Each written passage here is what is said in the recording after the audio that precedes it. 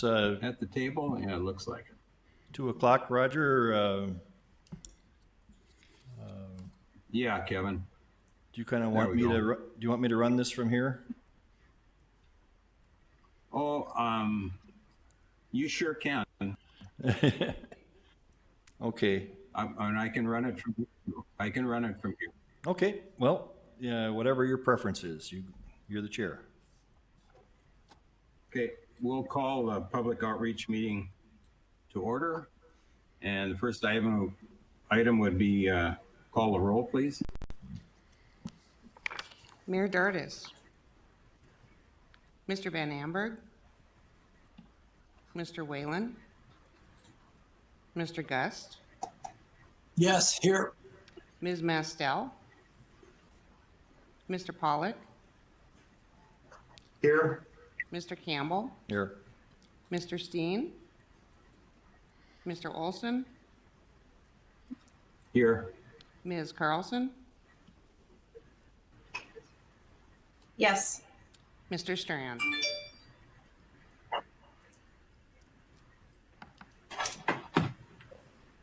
So by my tally, we've got 5 out of the 11 here. Is that right? Correct. We need 7 for a quorum. So we're a couple short. Correct. We are 2 short. I think. Yeah. So I think I think we can go ahead with the meeting, but we won't be able to make any decisions or any votes or any recommendations. So let's go ahead with. We'll hold off on the minutes also from the last meeting and see if we get a couple more members. So the next item would be outreach activity review, and that would be Rocky, legislative topic. Thanks, Mr. Chair. This is Rocky Schneider with AE2S. Just want to confirm, can you guys see the PowerPoint presentation that we're sharing? Yes, we can. Okay, thanks. Just have the agenda up here. We're going to go through a couple slides that are just the agenda sections. Then we also have a more in-depth review of the communications plan that has a number of slides. And then there's 2 videos. The videos don't stream the best online, but we'll try that. Also sent out links ahead of time here so you can watch the videos on your own time, I guess, if you need to see them in better streaming format, I guess. But to go forward, legislative topics, there's a few legislative items I wanted to update the committee on that happened over the last month and want to keep you abreast of what's going on. The Cass County caucus meeting happened and Joel and myself attended. We talked about water funding related to kind of the recent dip in revenue from the state through the Resources Trust Fund and talked to the local legislators. I think this is a really big sort of thing for us in our past efforts. We have always had to have a lot of different legislative meetings. We've been one of the entities encouraging the Cass County legislators to really group together for projects like ours, you know, where they kind of jointly support. And so we can come to them as one entity instead of, you know, talking to lots of different individuals. So I think it's been a good development. They've been meeting on a regular basis about our project and others. And so they've been inviting us at a, you know, regular interval. And so I think that'll be really helpful come next year at the legislative session. And maybe just a note on that, legislative session in North Dakota starts in January. They have not decided yet on what they're going to do or how it's going to change. I imagine it was going to come out with some sort of restrictions or schedule or something along the lines in the next couple months, but I'll keep you up to date on that. Construction tour, you may have saw the news this morning. Left us a little vague on here just until we knew exactly what happened. It came together last minute, but Senator Hoeven and Colonel Jansen were in town yesterday out at the Inlet structure site just south of Horace. Great tour, got some good media. They had 50 trucks of concrete get poured yesterday. So I think it was sort of a big progress development out there. And I think everything I heard, the tour went really well.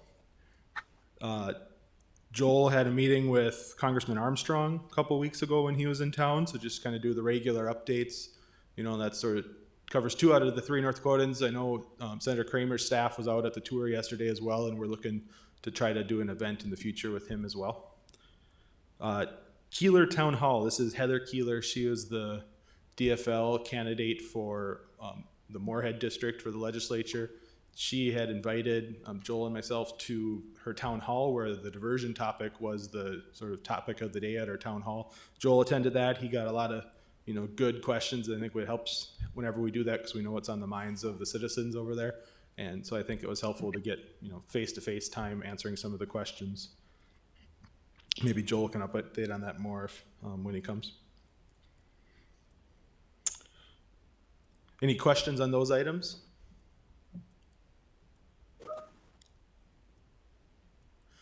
Maybe I'll just add, with the legislature coming up in North Dakota and we have another funding request, we are going to start meeting as a staff, as a North Dakota legislative group. Again, it's a kind of an ad hoc meeting that we have every 2 years that meets for about 4 or 5 months, before and after the session to coordinate on those issues. So we expect to do that again over here in the next couple months.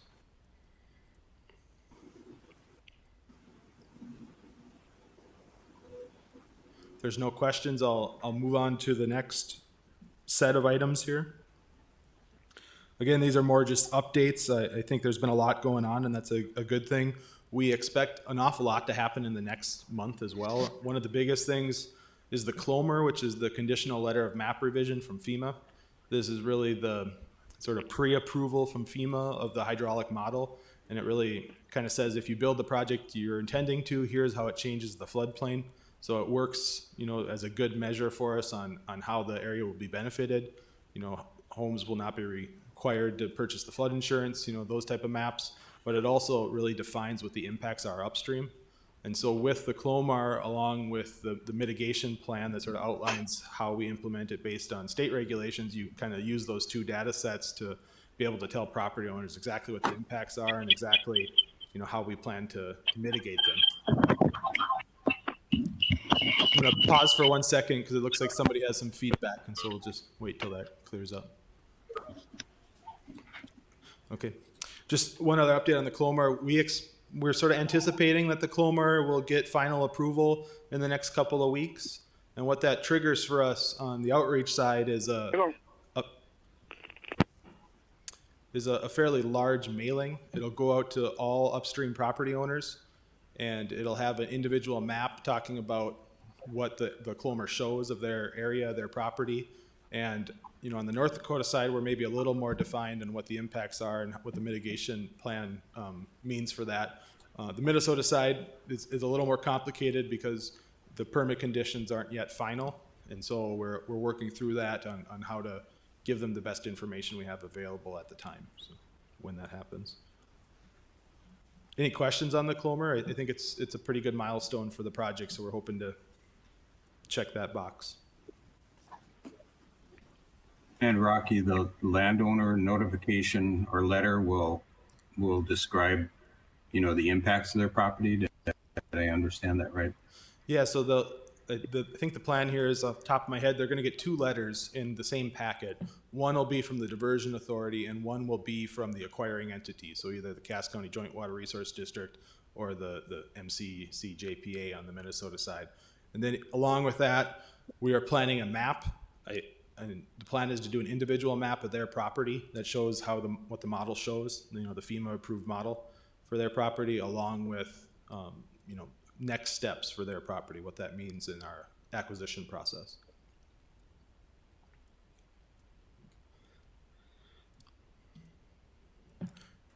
So Rocky, I do have a question. Mm-hmm. Once they get this letter, is there contact information that'll be provided in the letter? Yes. Can be answered, or are we how are we going to answer questions? Yeah, I think it kind of depends on what property we're sending it to. I know part of the next steps for land acquisition is to start appraisals on all the structures upstream. And so, those properties that have a structure on it will probably have a more immediate next step and contact available. If it's a upstream property without a structure, I think some of those questions, we're leading them into our flowage easement study. And I don't know, Eric, if there's anything Eric wants to add that I'm missing on here that would be helpful as far as contact.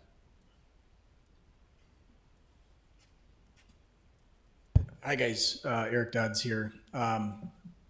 So the packet of info that we intend to send to property owners will be a letter from the Diversion Authority explaining that the Clomer has been hopefully approved, among other things. And then in the packet, there will also be a letter from the acquiring entity. So on the North Dakota side, that would be the Joint Board, and on the Minnesota side, it would be the MCCJPA. And those letters, our intention there would be to provide the property owners with some site-specific maps showing how their property is impacted, provide them some high-level information about the mitigation programs that have been developed as part of our mitigation plan. Also provide them with the name and contact information for a land agent that will be their primary point of contact, and give them the contact information for the Diversion Authority, the Joint Board, or the MIC Board. So lots of good information. I think for most property owners that we've had discussions with, they are anxiously awaiting more detail. I suppose for some property owners that might be a bit overwhelming, but we feel obligated to share with them as much information as we have. Also in those letters, we do intend to talk a little bit about the next steps.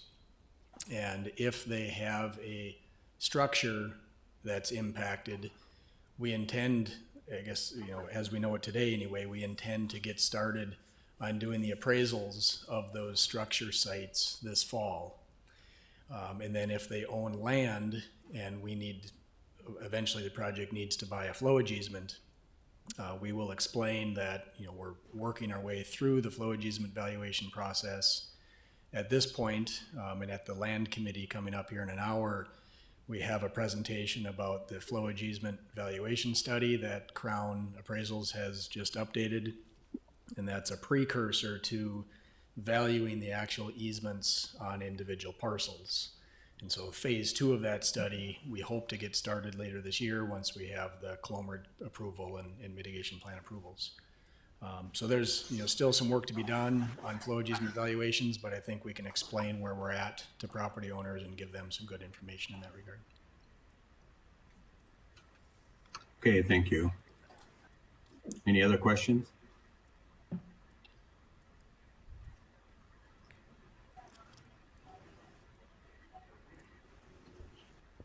Okay, Rocky.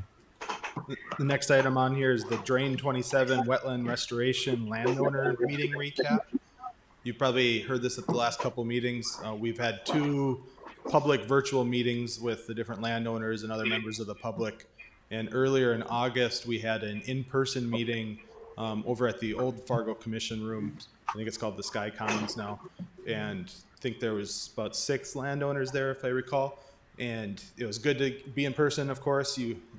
There's some limitation to virtual, but it was nice to get some more specific questions that they had submitted, the property owners in that area, and be able to walk through those questions with them. I think there'll be more on this topic at Land Management Committee, but wanted to let you know that we've held our 3rd meeting now with those landowners to try to really get ahead of this topic and be in as much communication as possible. And maybe the last item on here, just kind of a brief one too. I know Joel has done a lot of outreach with the area townships. We had a number of topics to talk with him about. He's making the rounds, talking to all the townships, and so I wanted to let the outreach committee know that outreach is happening. Kind of, making sure we're checking all the boxes there. Any question on property owner topics? Otherwise, I would like to spend some time on the communications plan before land management comes up. I think it'll be a little longer session.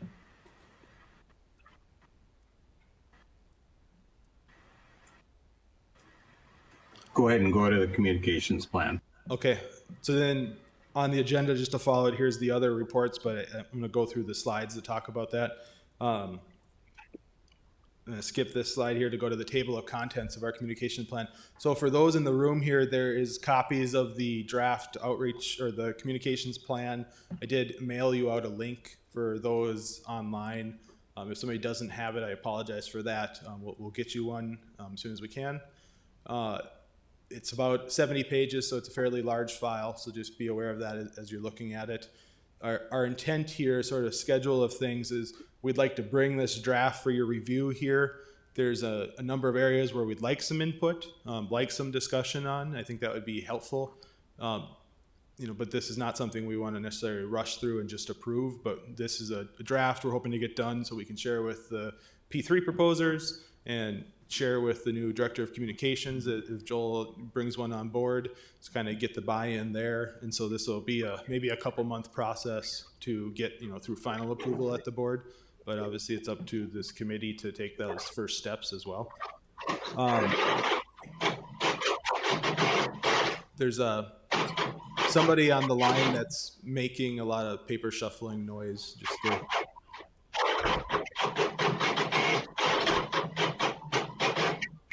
Is somebody moving their mic? Yes.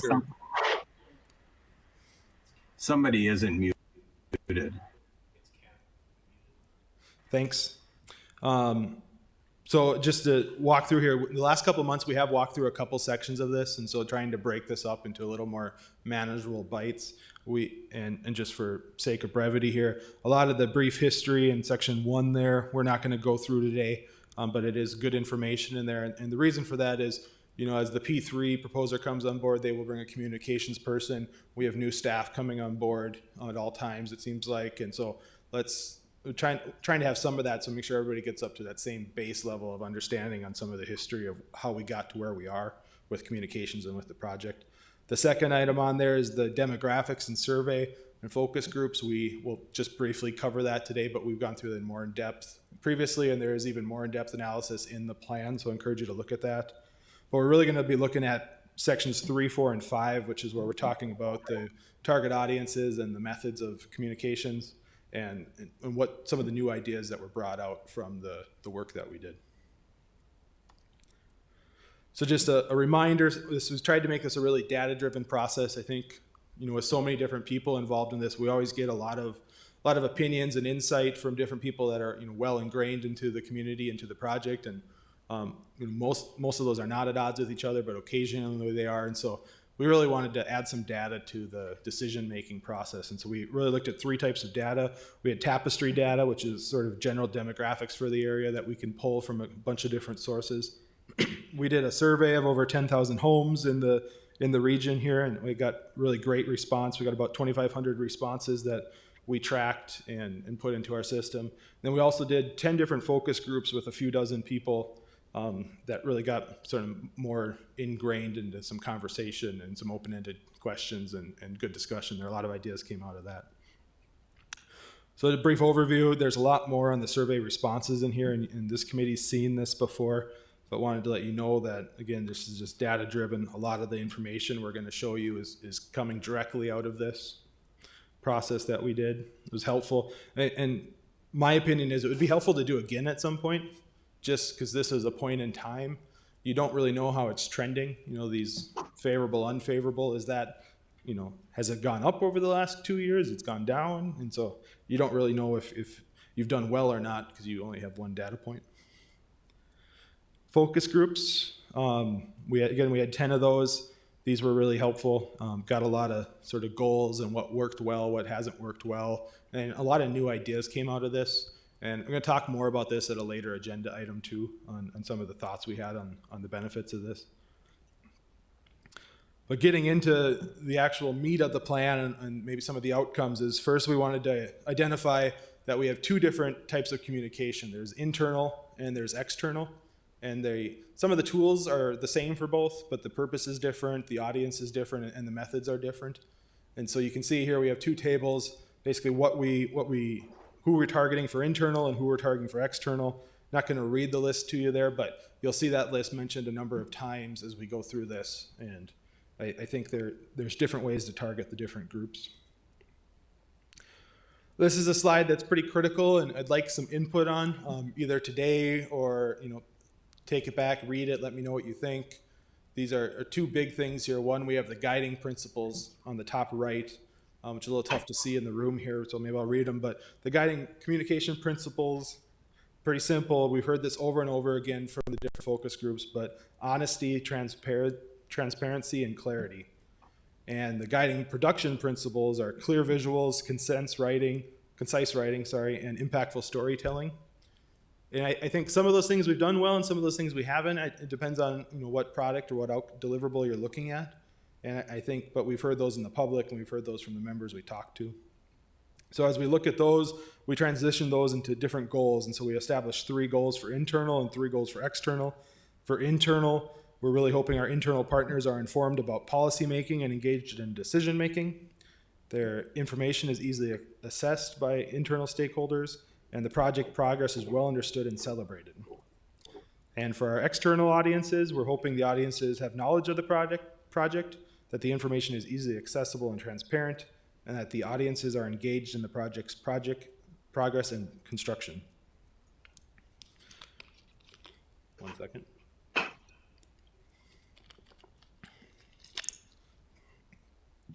So keep that in mind, and we did use this use of icons. You'll see these icons pop up throughout the plan.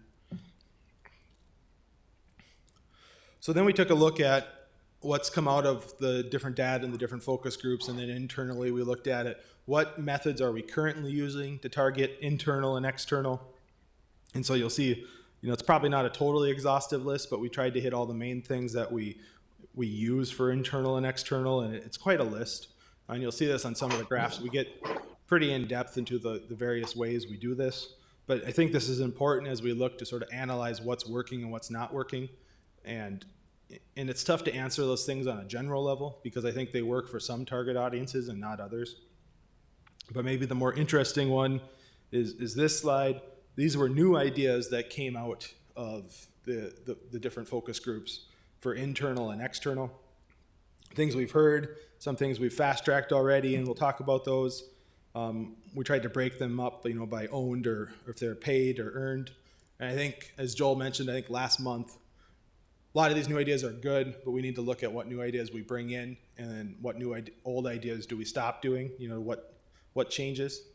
And I think you'll see this next section we're really hoping is helpful for Joel and his staff to come up with an annual budget and look at what ideas to do and where we need to target and what's the right method to do that. So this is one example. This is the internal sort of table that's in your plan. This is multiple pages. We're not going to run through each line item, but we break down each method and look at the priority of it, the frequency, who we're targeting, what methods we're using. Is it the reach wide or narrow?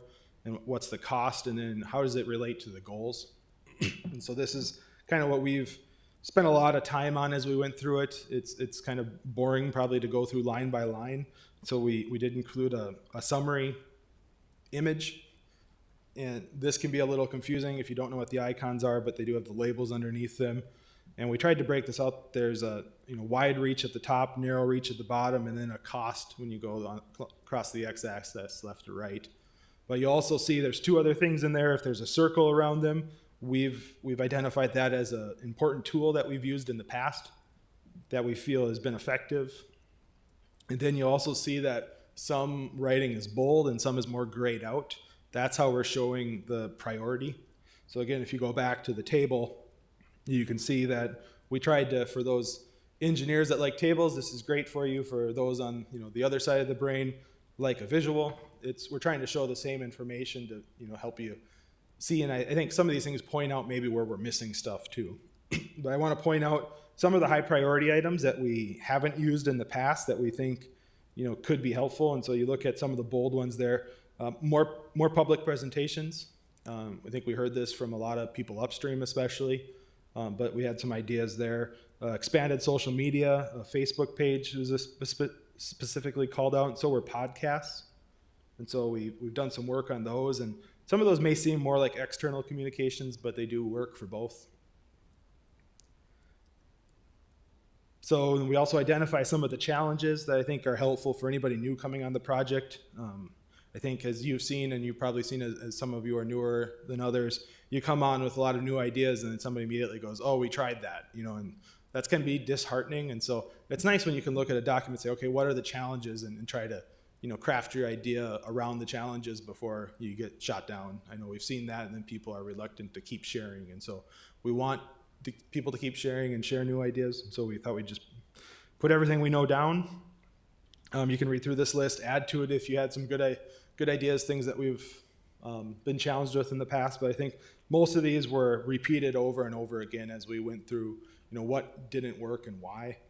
And maybe just to look at some of them, obviously we have a lot of changing personnel and elected officials. I think some of that's just natural, but with a project this long, it does create some, inconsistencies in sort of direction and identified leadership.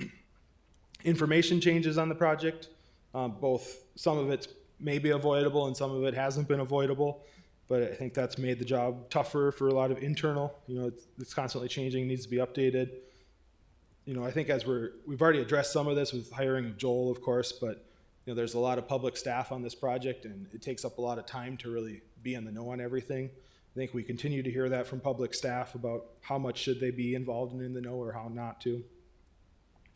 And then just, litigation and chair changes, and people just prefer different communication methods. It's one thing we learned from the data we got back is not everybody likes email. Some people want to be text, or some people still like the good old phone call or go out for coffee and sit down and talk about it. And so we're trying to learn those things every time we get a new member, a new commissioner or council member or whatever. And then lastly, it's a big project. So it's multiple geopolitical entities that just have different constituencies with different needs.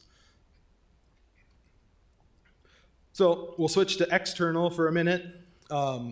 We base these 4 external audiences on our survey right here, and that's what that's showing. And so it talks about what we've used to reach each of those. Hasn't necessarily been the same across the board, but there is a lot of repeat information there. And then at the bottom is a lot of identified additional methods and how we think we can use those to target those residents. And again, we did this. This is probably even a bigger list of external methods. I think it's like 5 pages worth of this. A lot of them have been done. A lot of them are new ideas. And so it's something we're going to have to work through and what's the best to implement. Again, another one of these slides, you can see we've tried an awful lot of things. I think that's good. I think that we've learned a lot. And I think we've learned that some things that work better for audiences than other things. But by no means do we think we have it all. And as we look at this, we remember when A2S was first brought on the project in 2011, it was to build a website. And everybody thought that was cool and neat that we'd have a website. And so we've had to change what we do, as well as communication methods have just changed over the years. So you'll look at 2 of the bold items on there are high priority that we'll think have a pretty wide reach, and we think we can do it relatively affordably. Podcasts, we're excited. We shot our first podcast with Joel last week. Is it last week, I think? Last week. We brought back Darren Selvig. If you remember Darren, former newscaster, was on the project for a while early on as the interviewer. I think he makes a great host, and Joel did a great job really providing person-to-person information about the project, and we think we can dig into some topics. It's as simple as videotaping somebody for half an hour, and we can use the video and the audio and all sorts of things. And so we think a lot of the benefit is we can leverage it across a lot of different mediums. And then another thing we heard from several of you was that it's time to get a Facebook page. And so we've started a policy on that, because I think we've talked as a committee several times about this over the last couple of years. There's pros and cons, and there's an effort involved in it, and you want to make sure everything stays civil and appropriate. And so we're coming up with the right policies. We've learned from Mayor Judd and others who have a pretty good online presence and how they've managed their pages. And so we've tried to take some things from what people are doing currently. And we expect to launch a page in the next couple weeks.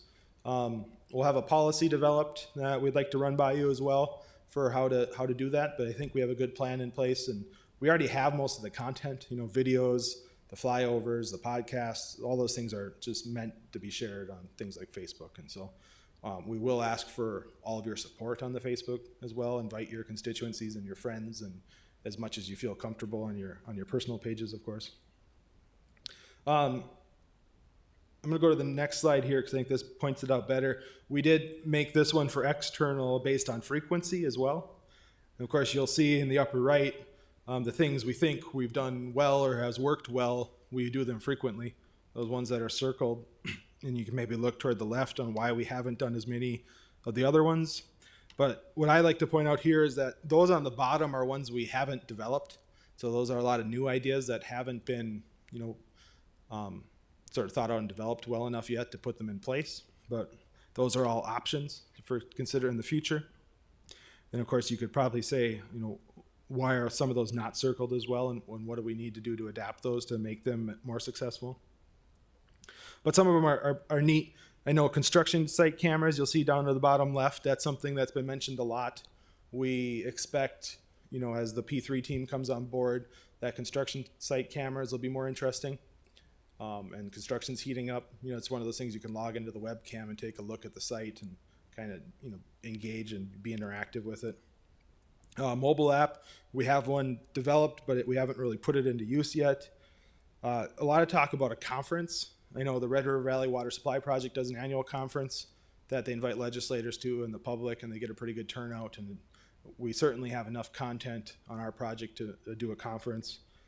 Targeted television ads, there's always a purpose for those type of things, and billboards for certain campaigns or when we really need to get a message out. You'll see a 3D model is something that's been talked about for years on this project. It's really tough for people to understand how the project works often, and so a 3D model maybe potentially something that could be good for that. Of course, you see to the right things that we think would be more frequently used, but they're not developed yet. Recreational opportunities obviously has been in the news and in front of this and the board more, and engage with Moorhead Business Association. We've done some, but we know we need to get over on the Minnesota side more, and that would be a good group to help us do that. Anyways, but there's a lot more information in the plan. Here's some of the challenges related as we're getting toward the end of presentation here. But challenges to external audiences, I think we've all experienced these things, a consistent messaging, a consistent messenger, again, diverse audiences, different bases of trust. And that's a tough one to overcome, I think, once you get there. And I think hiring Joel was a good step toward establishing a new person that helps check the box on a lot of these. Misinformation about the project. Some of that is maybe more nefarious than others, but I think a lot of it's just projects changed a lot over 10 years and it's tough to keep up. Changes are complex. It's a complex project and they're very nuanced.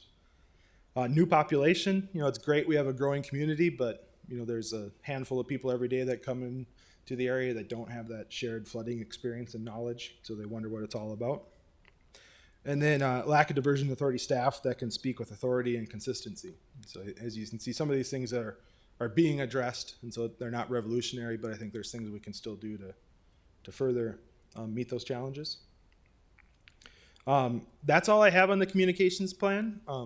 I know you haven't had a lot of time with the document in front of you, but if there's any initial reactions, I think we'd welcome that discussion. Otherwise, we'd really like to bring this up again at next month too, or in the interim, if anybody wants to sit down or give me a call or talk to us, we'd be happy to do that as well.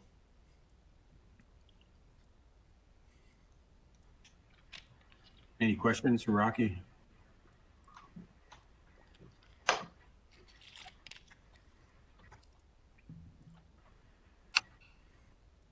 This is Jake. Rocky, go ahead. I think, it would be nice if we had a large billboard that had a pie chart in the middle and a list of the things on the left that have been completed and a list of things on the right that have to be done, with a slice of the pie that shows what's been accomplished and what's being left.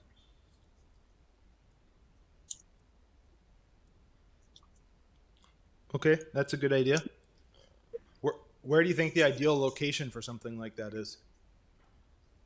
Well, I think probably Main Avenue is pretty good. The interstates are pretty good. Either 94 or 29 going through Fargo. Yeah, that's interesting. Just immediately comes to my head. We do have 3 interstate crossings on this project that will all have construction near it, and maybe that's an interesting, point to make as construction's happening near there. But that's something we can take back and filter into the plan.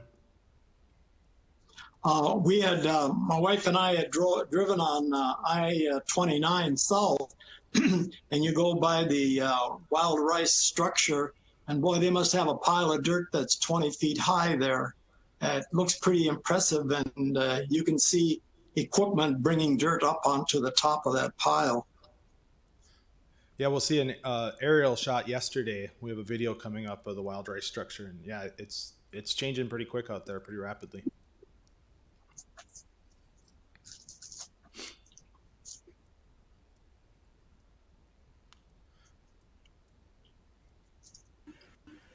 Hi, this is Shelley.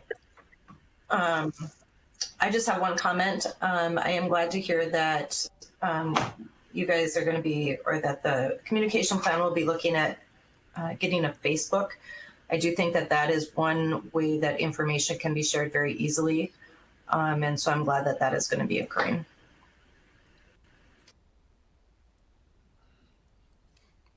Thank you. Any other comments?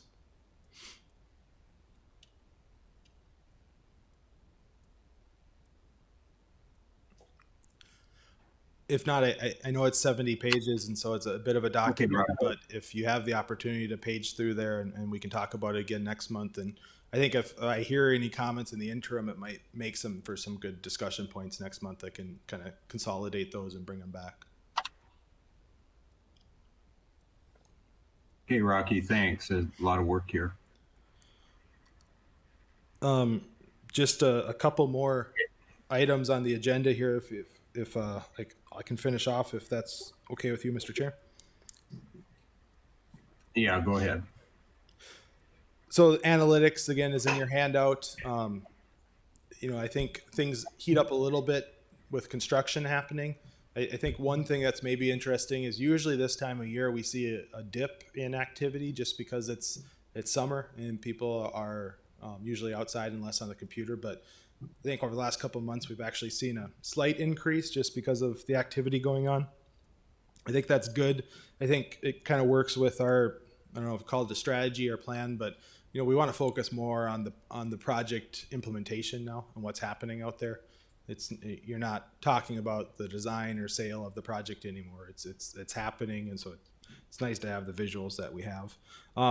You'll notice LinkedIn is added on there. We do have a LinkedIn page now, and there's a job posted on there, and Joel's linked to it with his personal page as well now, or professional page, I should say. And so as we add it, I think that's something that we hope to grow. There's a lot of interest in the professional community in using LinkedIn. So just make note of that. Couple activities The host planned. has left the conference. The conference is about to end. I'm going to pause my talking for a minute and see what's that's all about. Brian? Well, if it does end, I guess call back in because we'll get it working again. I haven't heard that one before, so I don't know what to do. So I'm going to keep talking until it gets cut off, I guess. We do have a couple of exciting outreach activities planned. The Diversion podcast. Again, this will be out in the next couple of days, I think. Exciting. I think I know a lot of people close to me that love podcasts. And so we think this is a good medium to try and see if we can reach a new audience. And we can expand on a lot of topics, I think, as we get into this. There's an echo from one attendee here. Could you mute your mic if you're not talking? Thank you. Again, social media development, that's really Facebook plan. Huge item, North Dakota Water Topics Overview Committee. That's the Legislative Oversight Committee. They are meeting in Fargo in late September. I believe it's the same day as our next committee meeting is scheduled. I know leadership is talking about if we need to push back the meetings a week. So I think the board is going to talk about that maybe. But keep that in mind that this meeting may shift a week next in September to kind of work with that. And we're trying to figure out how that works with the maybe holiday months as well, so we can plan everything out through the rest of the year. It's a good opportunity. It's usually a 2-day thing when the legislature comes here, but I will maybe warn the committee. They did have a meeting scheduled a week and a half ago in Minot, and it got canceled because one member of Legislative Council got COVID, and they didn't have the meeting just for precaution's sake. So we're not quite sure what the plan is for September, but we're working on that. we're hoping we can still do a meeting and a tour of some sort. So stay tuned for that, because we would like everybody to attend it if possible. I think it's a good opportunity for us to show off the project to our legislative leaders. And then this last item, it'd be nice to get some feedback, but I know our outreach team has really enjoyed the focus groups. I think it's nice format to really talk about the project and get feedback. And one thing we talked about, and Roger, this is something we'd like to sit down with you especially, but is talk about changing the format of the committee meetings a little bit to make it more like a focus group where, you know, there can be some report outs, but we're really talking more about here's our plan for the next month, you know, sort of the 30-day plan and maybe a, you know, 60 or 90-day plan, and talk about, okay, what are the goals for those items and what should we be striving for, so we can kind of address them that way and maybe urge some more discussion, because I think the focus groups is really helpful for our work, and we'd like the committee to kind of follow that same routine. I think you guys all have great topics, and so if we can find a way that's more conducive to the discussion, and obviously maybe that's difficult in the virtual sense, and focus groups were all before this whole thing, but we'd like to think about those for the future, next couple of months.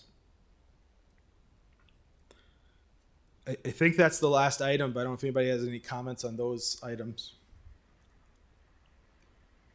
Any comments or questions for Rocky?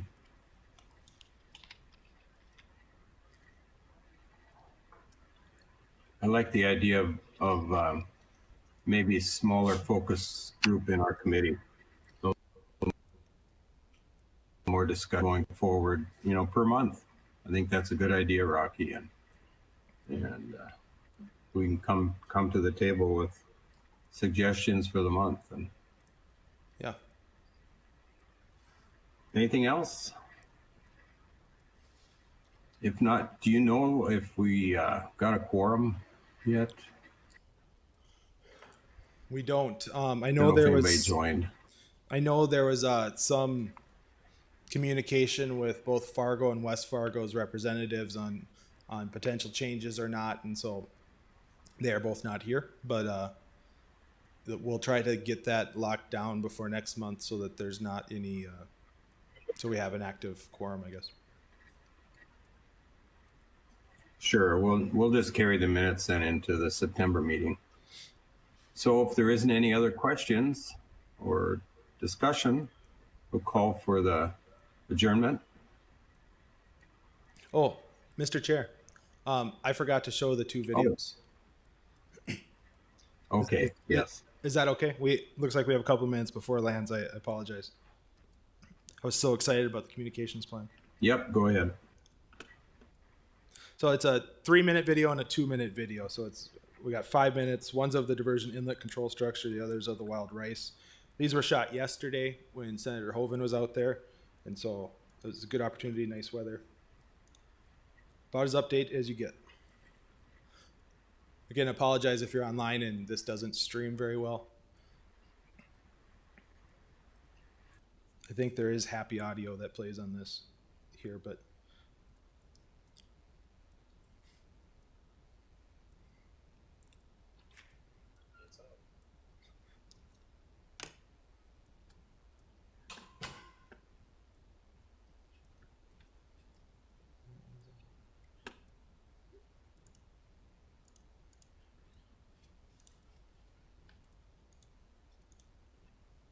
sorry for that.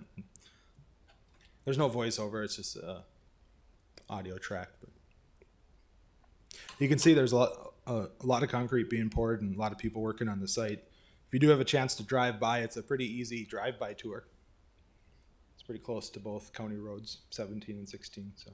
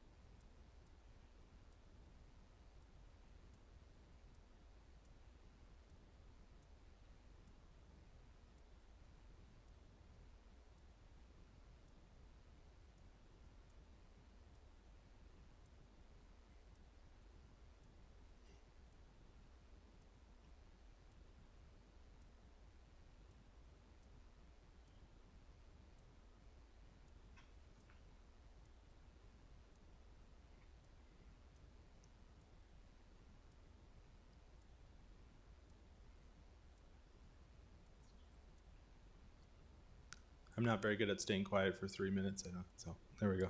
Perfect. I'll show the other one. This one's a little bit shorter. I think as Jake was talking about, you can see this from the interstate, and I think it'll become more and more easily seen from the interstate, but I think there's been a lot of progress since the last month we showed this. The interstate's I-29's on the right side of your screen over there.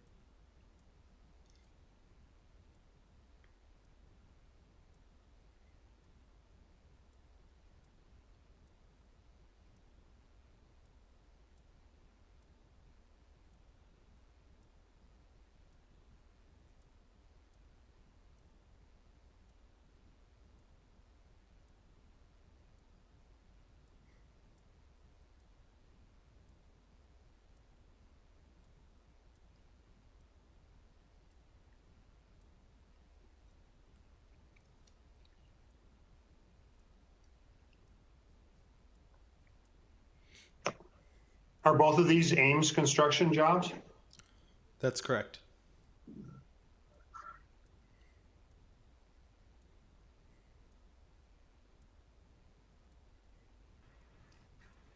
And then one question on the operation. Will the Red River control structure and this one work in harmony together then, or is one shut before the other one? I'm maybe not the best one to answer that, but there will be a sophisticated operation plan for all three structures and how they work together. I don't think they, move up and down exactly the same way, but they are related to each other.